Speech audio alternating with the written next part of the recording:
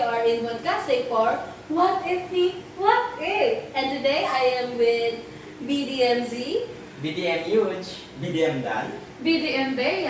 And BDM Brass. So, ito na nga guys. Ano ba yung greatest what if nyo? Greatest one. So, siguro yung kanina sa UP. Yung alin? Wait lang. Hindi kasi kanina may dumaan na pusa eh.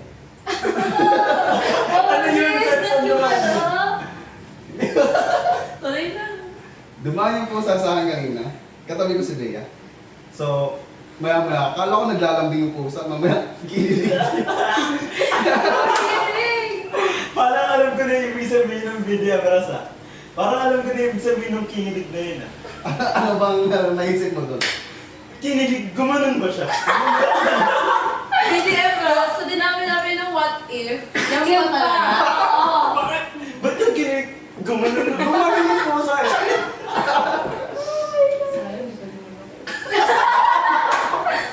Oh, pero sa akin yung greatest what if ko is, what if wala na ako ngayon? Sa tingin nyo, may magbabago ba sa buhay nyo, buhay ko, or anything? Buhay mo? BDMZ, wala na ako ngayon. So, ibig sabihin, nakasama ka pa namin before. Ang so ibig sabihin, namatay ka na. Hindi sa namatay na, parang hindi na ako nag-i-exist ngayon. Simula umpisa? Simula umpisa. Siguro maraming mababago, BDMC. Bakit? Kasi sabihin natin, sa isang pangyayari, merong, tawag dito, merong dahilan ng isang bagay, di ba? So, kapag wala ka doon sa pangyayari na yon, maraming mababago. Like, parang binago mo yung past. Yun. Kayo, ano bang naiisip nyo pag sa ganong sitwasyon na sinabi ni BDMC? Actually, BDM Ras, napakadami talagang magbabago. Balik tayo dun sa sinabi ni BDMC na halimbawa wala siya. Yung mga napagsamahan natin noong nakaraan, di ba, maisip natin kung what if, di ba, wala nga yun. Oo. Napakadaming magbabago. Yung mga memories, mawala. Hindi nga natin alam eh. Kasi lahat talaga magbabago. Lahat ng actions natin, and so on. At saka, I believe din na everything happens for a reason. Yes. So, may reason kung bakit natin nakakasama ngayon si BDMC, and maaaring may reasons kung bakit hindi natin nakasama ngayon si BDMC. Oo. Ikaw, BDM Huge, may greatest what if ko? Ang greatest what if ko is, what if nalaman niya na lang na hindi pala totoo yung religion? Like, kunyari, yung Catholic, yung Islam is parang gawa-gawa lang. Like false, belief. Anong may feel niya? So, wait lang. Actually, BDM Huge, Wala natin kay BDM. BDM Huge, naisip ko rin yan. Yung sinasabi mo na, what if hindi totoo yung religion? Kasi kung iisipin nyo, guys, kung iisipin nyo, what if si Jesus, what if si Jesus ay isa lang magician? Yung mga ginagawa ng mga magician na magaling silang magpanggap. What if si Jesus ay isa lang matalinong tao nun na parang napapaniwala niya ng lahat. Yun yung atake ko sa BDM. Pero, balik tayo na sa sinabi mo na what if gawa-gawa lang ang religion or hindi pala siya nag-i-exist in real life. Kasi pag ganyan, syempre, kung malalaman natin ganun, kung yun man yung katotohanan, maraming magugulat, tsaka maraming magiging in denial. Kasi yung religion, fix yan eh. I mean, parang constant siya and iba-iba siya sa bawat tao. So, pwedeng maging in denial sila, magulat. Pero kung yun talaga yung katotohanan, syempre, in the end, wala tayong magagawa, kundi tanggapin yun. Tama din si BDM Bea. Kasi kung ako Catholic, tapos merong masasabi lang na hindi pala totoo yung Catholics, di parang, di ba yung parang yung gabay ng Panginoon natin, parang nawawala sa landas. Kasi parang, pagka ganon, merong mga gulo na mangyayari na dyan eh. Hindi lamang sa in denial, may mga iba nagkakaroon ng free will Kung saan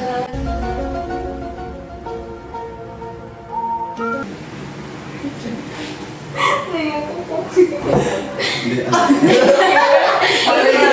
Nasusunod ng prayer. ano seryoso ko? Tapos ano? Oo, hindi nakikinig. Basta free will ng isang tao na pwede na siyang, pwede ko na pala itong gawin. So, wala nang batas ng Panginoon na, ayun. Kaya, Nasusunod. Oo, tama ka dyan, BDMC. Kasi, example na naman eh. Yung sa mga, Iglesia ni Cristo ba yun? Oo. Yung hindi sila kumakain ng Dinuguan. dinuguan. bawal Pasko. Kung malalaman nila na hindi nga totoo yung religion, dahil, hala, sinayang ko naman. Oo nga, Ang no? sarap nung niluto ng mama ko, dinuguan. Hindi ko nakakain. Siyempre, magagalit talaga sila na ganun pala yun.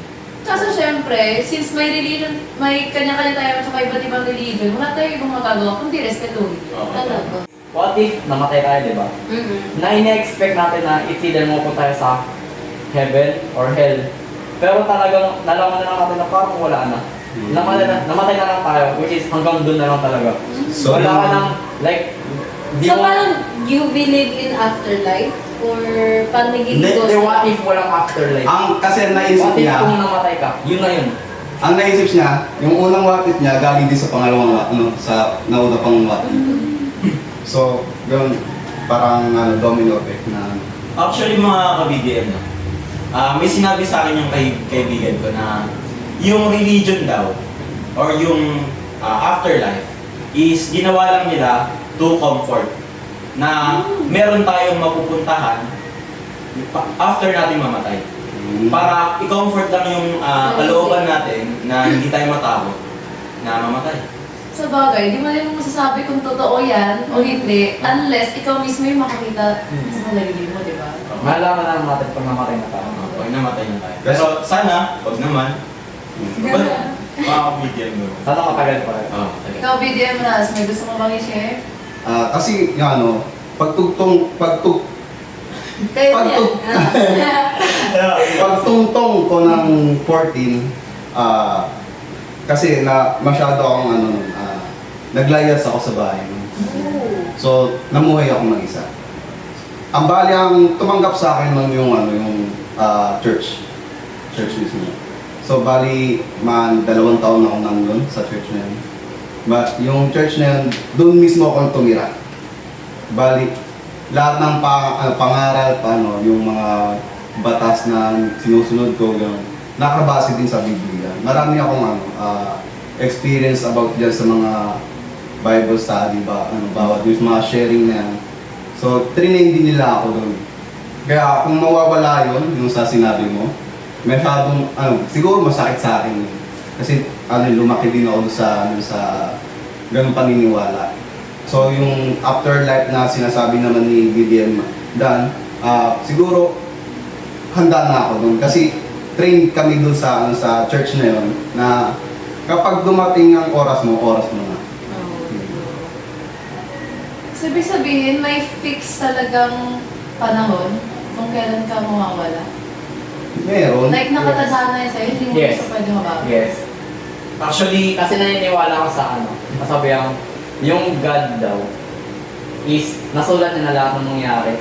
Which is, nasulat niya na Simula lahat, hanggang dulo. nasulat niya na lahat ng nangyari at mangyayari. So kung ganon, Yun fix tayo. yung mga events na nangyari sa buhay mo. Oo. Paano naman yung other term na sinasabi nila na yung mga nangyari sa buhay mo is based sa mga decisions Decisions, mo? oo. Ayun nga, which is, ibig sabihin nun, lahat ng decision na yun is binigay sa ng God. Okay tayo, bigyan ka example. Kunwari nasa kalsada ka, tapos may dalawang road. May mili ka kung saan doon, di ba? Kung ano yung pinag-decisionan mo, tapos kung saan ka pumuntang road, yun yung naka-fix. Ibig sabihin, lahat ng iniisip mo, lahat ng sinasabi mo, lahat ng ginagawa mo, naka-fix yun sa mga sinulat ni God. Parang ganun. So, bali, di ba yung dalawang road na yon, fixed point na talaga Fix. sila. Mamipili ka na lang. pipili ka na lang kung ano yung magiging Decision mo. result Oo. ng ano. Hindi naman siya yung parang pinipilit. Ginagawa niya is, eto, example. Talagang parang si God is nagbibigay lang siya ng daan. Ikaw lang yung lumalakad dun. Okay. So nilalatag niya lahat. Ikaw na lang talaga yung lalakad. Ibig sabihin, yung mga magiging consequences ng actions ko, Fixed. Kahit yung lahat ng mga masama mong ginawa, yung kahit na pinagsisiyan mo, fixed pa. dyan ipapasok yung term ulit na everything happens for For a reason. reason. Oo. Yun ang only way na matututupan. Kasi kunyari, kung sinasabihan ka lang ng magulang mo na huwag mo gawin yan, huwag mo gawin mo ganyan, di ba may time talaga na gagawin mo pa din? Nasa sa tipong pag nung ginawa mo, tapos is may masama na nangyari. Di ba parang malutrauma na, hindi ko na gagawin yun. Kasi ayoko na maulit yun. Kaya nga naniniwala ako sa kasabihan na kailangan mo ma-experience yun bago mo tigilan yung bagay na yun. Oo. Kasi doon mo siya maintindihan na talagang masama siya. Kasi kunyari, kung sinasabihan ka lang, hindi mo ma-imagine Oo, kung ano mas yung mangyari. Mas matututo ka kapag na-experience mo Yes, isang so, bagay. agree din ako dun sa term na yun. Matututo tayo lahat sa mga experience na Oo. naranasan. Learn from your own experience. Kasi hindi mo naman paniniwalaan nga ang isang bagay hanggat hindi pa yung nangyayari sa'yo. So, ito, may what if ako guys. What if ngayon, mag-end of the world? Like, hindi naman ngayon, siguro pwede bukas, kaya next day. Pero kung iisipin niya na end of the world na, meron ba kayong mayayakap na isang tao? Isang tao lang. Ayan. I mean, like yung kung saan na close kayo in terms of soul. It means na parang connected kayo talaga doon. Sa akin siguro, syempre fix na, given na yung sa parents, kasi sila yung malapit eh. Tapos friends din, siguro. And kayo. And yung mga naging parte din ng buhay ko, mga pinsan ko sa probinsya. O yun nga, mayroon din ako mga ibang taong gusto kong yakapin. And meron din ako pinakamatalik na kaibigan na gusto kong yakapin. If ever man, kaso malayo siya dito sa akin. So, if ever man na ganun, hindi ko man siya mayakap ng personal, pero pwede naman sigurong makipag-communicate through phones or messengers, text, kasi high-tech din naman ngayon eh. Pero syempre, Wait lang, no? End of the world na yung pinag-uusapan Ay! natin. wait lang kayo, nasa-word na, magka-text na ako sa Ang meaning kasi ni Bea is, mayroon na tayong technology na, Oh, so baka kunyari, pwede niya end of the world na, makausap. like, yun yung, like parang kinausap niya na yung pamilya na parang sabi na, goodbye, paalam, salamat sa lahat, mga ganun. Yun yung ni Bea. Pag yun, may ano. Actually, given na yung parents, diba? So, kung meron man akong yayakapin na tao, yun yung mga tao na mga tao kasi bread namin. Yun yung mga tao na tumulong sa akin. Kasi kung mag-end of the world, para sa akin, bibigyan ko sila ng thanks na deserve nila. Yun yung mga parents, friends, best friend, best friend. Best friend. And syempre, last but not the least, yung girlfriend. Syempre. BTM last. Sa'yo. Sa akin kasi medyo yung yung yakap na yan. Medyo, parang hindi ko siya natatanggap or di ko madalas nagagawa sa mga tao. So parang importante talaga sa akin yung bagay na yan. Oo. So siguro pagdating sa yung last hug na yan, siguro sa pamilya ko. Kasi broken family kami. So hindi ko sila madalas nakikita or madalas na akong busy sa eskwela, sa trabaho. So minsan ko lang sila makausap. Kaya siguro ibibigay ko lang yung yakap na yun sa pamilya ko. Ikaw, BTM huge. Para sa akin kasi, kunyari yung mama ko, nasa probinsya. Bale, tatlo lang kami ni Uncle Chani ko yun na nasa bahay. Kunyari, binalitan na, nag-end of the world na. Gagawin ko, tatawagin ko muna si mama kasi siya yung pinakamanalo. Diba? Kaya yun, tatawagin ko si mama, tapos pupunta ako kay kuya, which malapit lang naman, na kunyari, kakausapin ko, kasama ko si kuya, kausap si mama, di ba? Nagpapasalamat siya sa mga sakripisyong ginawa ng mga magulang ko sa akin, mga ganun, pati kay kuya. Dahil na ito yan, sa girlfriend ko, which is malayo din. Pero yun, syempre, kausapin ko rin yung mga nakatulong din sa akin, which is sinabi ni BDM Dan, na kasi, alam mo yung mga experiences na, yung mga taong nakatulong sa'yo, pero hindi mo maibalik. Or hindi mo nabigyan ng chance na maibalik yun. Now's the time, bago ka huling lahat, di ba? Kahit konting thank you lang, salamat. Oo. Masaya na yun sa kanila kasi pasalamat tayo, di ba? Bigat pa rin end of the world. Ang dami mo talaga marirealize na salamat o kaya yung kahit yung pinaka-importante para sa buhay mo. Kasi, minsan naisip ko, pag end of the world, puro zombie. Parang, hindi ako kasi atake niyan parang Walking Dead, no? Oo. Another what if ko lang mga ka-PDM is that what if yung plano natin ngayon or yung plano natin para sa future didn't turn out how it's supposed to be. Like for example, may pangarap ka or Hindi natuloy. or Like what parang if, na-shift. okay, in short, what if you fail in the future? Kasi tika ba, mga kabataan, nag-aaral tayo ngayon. Nag-aaral para sa mga gandang kinabukasan, di ba? Para makapag-provide sa family, makakuha ng magandang career, isa yun. Pero what if, lahat din mag-fail? Ako lang Yung what if mga BDM Bea is that even if we take a failure in the future, hindi na siya yung totally na failure mo throughout na magiging buhay mo. Kasi that failure is something you can learn from it. Kung dati nag-fail nga ako sa mga achievements ko, hindi ako ganun mga with honors, pero I've learned from it na kaya ko naman. So, ngayon, nagiging mas okay na ako kasi natuto ako. Pero kung mag-fail ulit ako, that is fine. As long as may progress yung pagkatuto ko doon sa failure ko, that is when I become more better and more na kung saan magwawagi ako sa buhay. PDM class. Tama sa sinabi ni Gideon Charles na ganun, dapat matututo tayo sa ating failure. Sa hindi natutupad na plano. Kasi sa akin marami akong ganyan mga plano na hindi natutupad. Like yung sa dati kong trabaho, gusto ko magtagal ako doon sa trabaho na yun at bubuo ko ng business or something na pagkakita ko. Meron naman sa dati, yung elementary ako, puro bagsak ang puro palakol lahat. As in, grade 1 hanggang grade 6, grade 6, puro 75 yung mga nakikita mo dun. Wala kang makikitang line of line. Kaya, learning from failure, so, mas maganda yung ganun na natututo ka. Tama. Sabi nga nila, kung nadapa ka ng 5 beses, tumayo ka ng 6 na beses.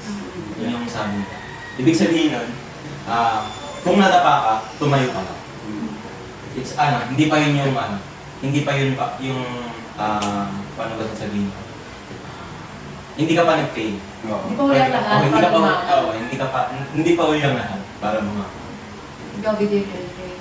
Para sa akin kasi, naniniwala ako sa kasabihan na talagang lahat ng tao is nagbibigo sa mga nila, bagay-bagay.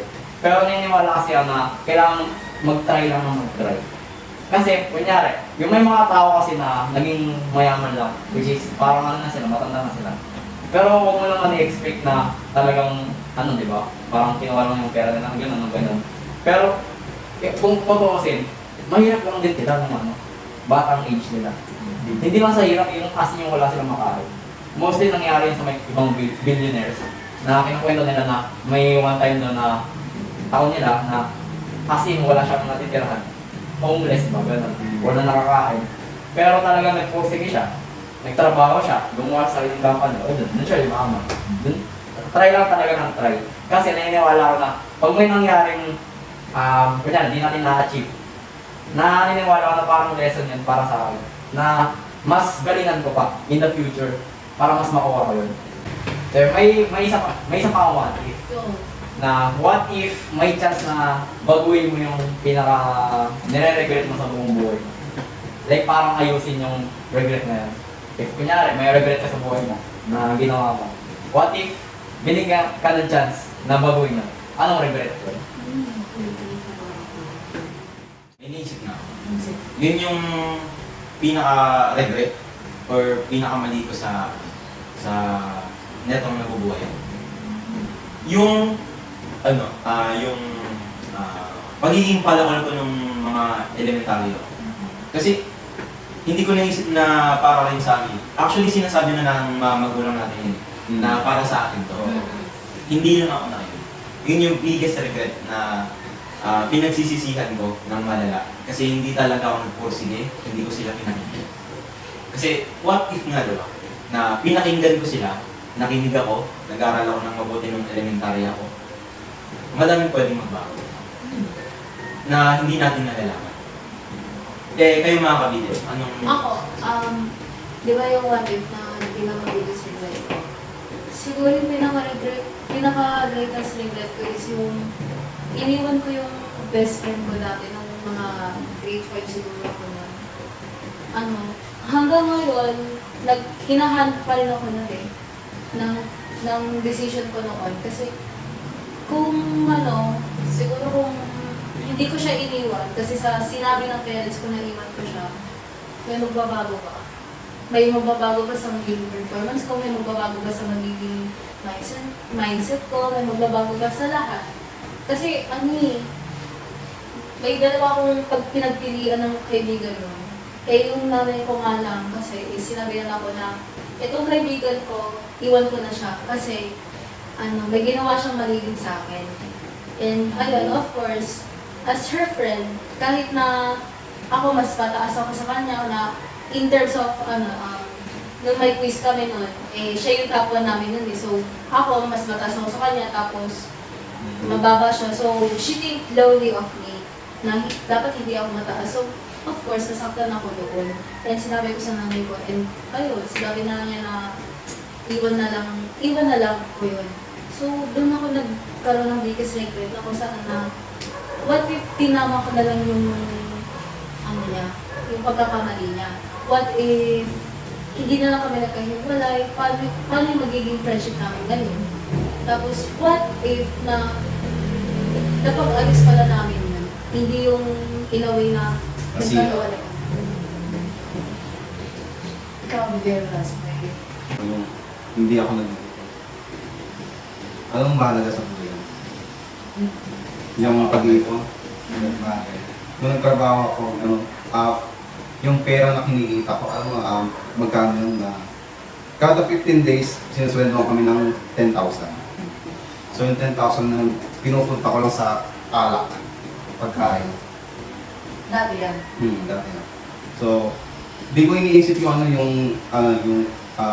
kung anong gagawin ko bukas para sa Basta ang iniisip ko yung gayon, yung gagawin kong kasiyahan para mas mapulpil yung yung kasiyahan ko. Ganun lang ginawa ko sa pera ko nung hindi ako nag-iipon, hindi ako nag-ano. Hanggang sa dumating yung time na meron akong problema about sa pera.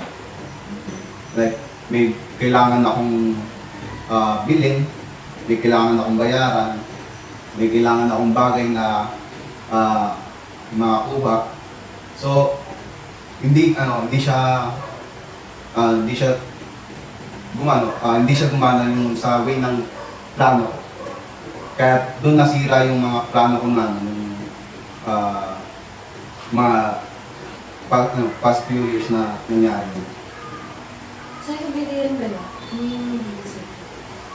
Actually, kanina ko pa rin iniisip yung biggest regret ko eh. Kaso, parang parang mas lumalaman kasi yung thought sa akin na yun nga yung everything happens for a reason. So, ibig sabihin, kahit na isipin ko kung ano man yung mga maling nagawa ko dati, may naging impact siya sa akin ngayon. And natuto naman ako dun sa mistakes na yun, sa mga, kung ano man yung regrets ko na yun, specifically. So, hindi ko ma-point out kung ano ba talaga yung exactly biggest regret ko. Kasi nga, lahat naman siya nangyayari ng may dahilan sa akin. Kaya hindi ko rin ganun masagot yung biggest what. Kung baga hindi ko pa biggest what if yung anong regret ko sa buhay. Sa ngayon wala pa talaga kung anong biggest. Kasi lahat kasi dumadating sa buhay ko, tinatanggap ko talaga. Ikaw, BDM huge. Actually, mabigat ko sa akin kasi Actually, yung gusto ko bumalik sa nakaraan. Para ano lang, magpaalam sa minamahal ko sa buhay. Is yung papa ko. Ang nangyari kasi nun is pandemic. So, ang nangyari nun is, nagpuyat ako ng gabi. Kaya, mga alauna na ako nagising. Nagpuyat ako. Bala yun, wala akong naitulong sa gawaing bahay. Ginawa ko, pagkagising ko, nag-cellphone agad ako. Tapos nun, boba na ako. Tinawag ko si mama, tinanong ko ng ulam. Dito. Like parang tamang talaga ako. Tinanong ko ulam, tapos kumakain na ako. Tapos yun, kumakain ako ako. Nag-cellphone. Which is yun, parang nakain. Which is yun talaga yung gawin.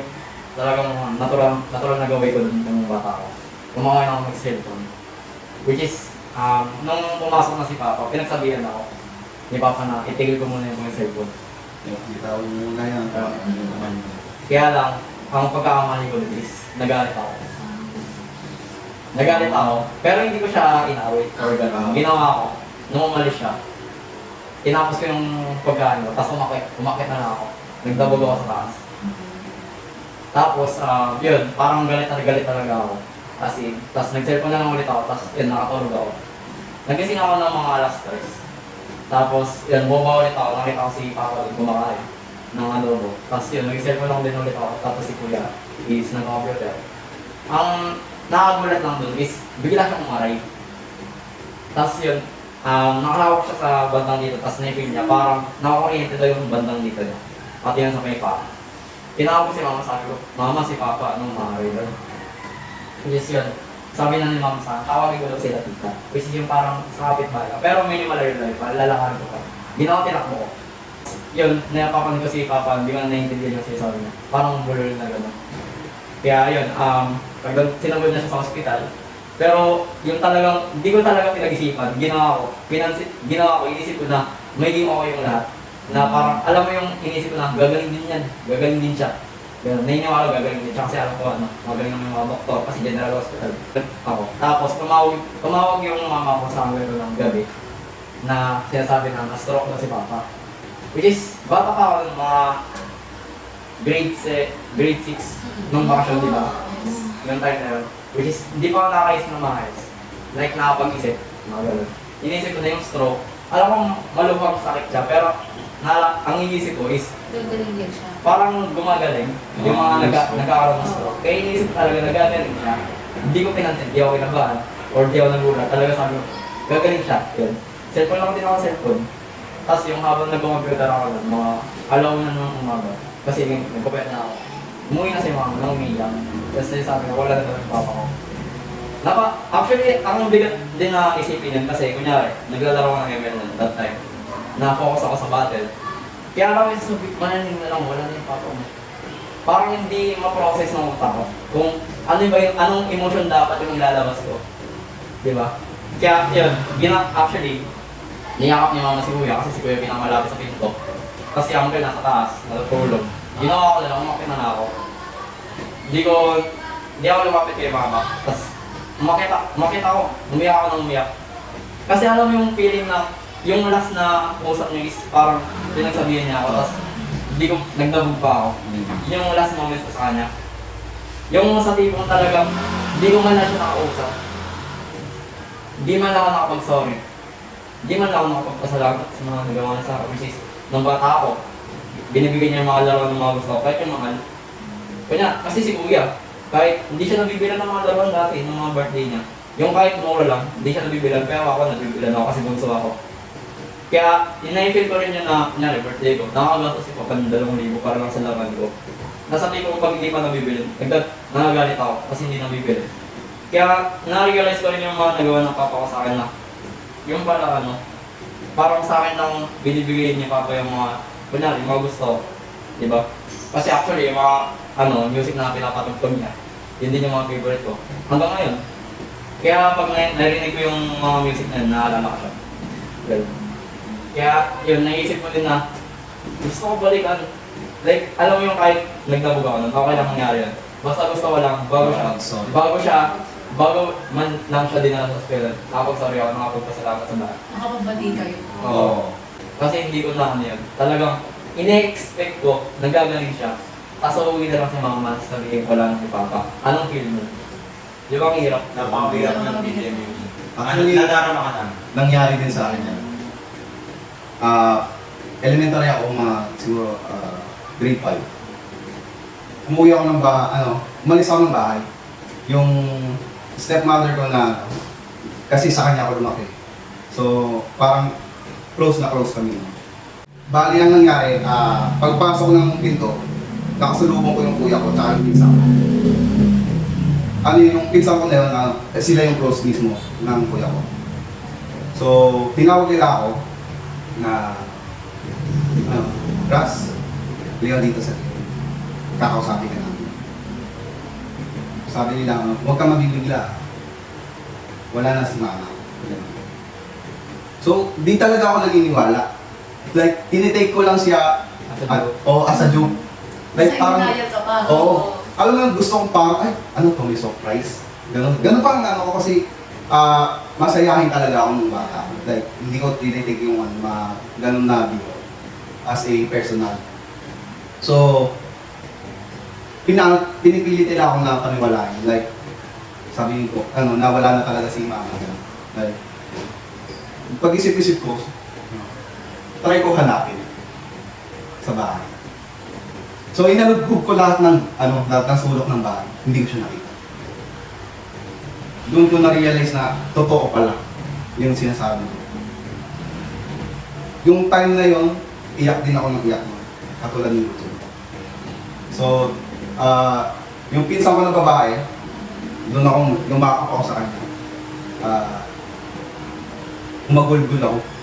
Hindi ako halos magdamag ako ng iiyak. Hanggang sa dumating yung gabi, na tinanong nila ako kung gusto ko siya makita. Si mama. So, pagdating namin sa funeral, doon, nakita ko siya na ganun ako. Doon, magulgul uli ako. Like sa buong na yun, buong... Diba kasi, minsan umaabot ng isang linggo na hindi mo ako makakausap ng maayos. Like, naging tahimik ako talaga ng time din. Kumbaga nasa grieving stage ka talaga. Ganon din yung regret ko eh. Hindi ko nasabi sa kanila yung mga gusto kong sabihin bago sila mawala sa buhay. Tinatanong ko nga rin sa sarili ko kung hindi sila nawala. Tingin ko, nandito ba ako? Like, nandito ba ako sa lugar kasama ko ba kayo? Or natuto ba ako sa mga ginagawa ko? Ayun, iniisip ko lagi. Yung mga ka-BDM, pareho din tayo mga maikwento na mabibigat ng pinagdaanan. Pero, ayun nga, mapangawakan pa natin yung everything happens for a reason na. Tsaka, dun sa mga unfortunate na pangyayari na yun, marami din tayong lessons, di ba? Correct ka dyan, BDM Bea. Kayo, manonood. Ano ba ang biggest what if nyo? Care to share? Care to join with us? Here with us? BDM!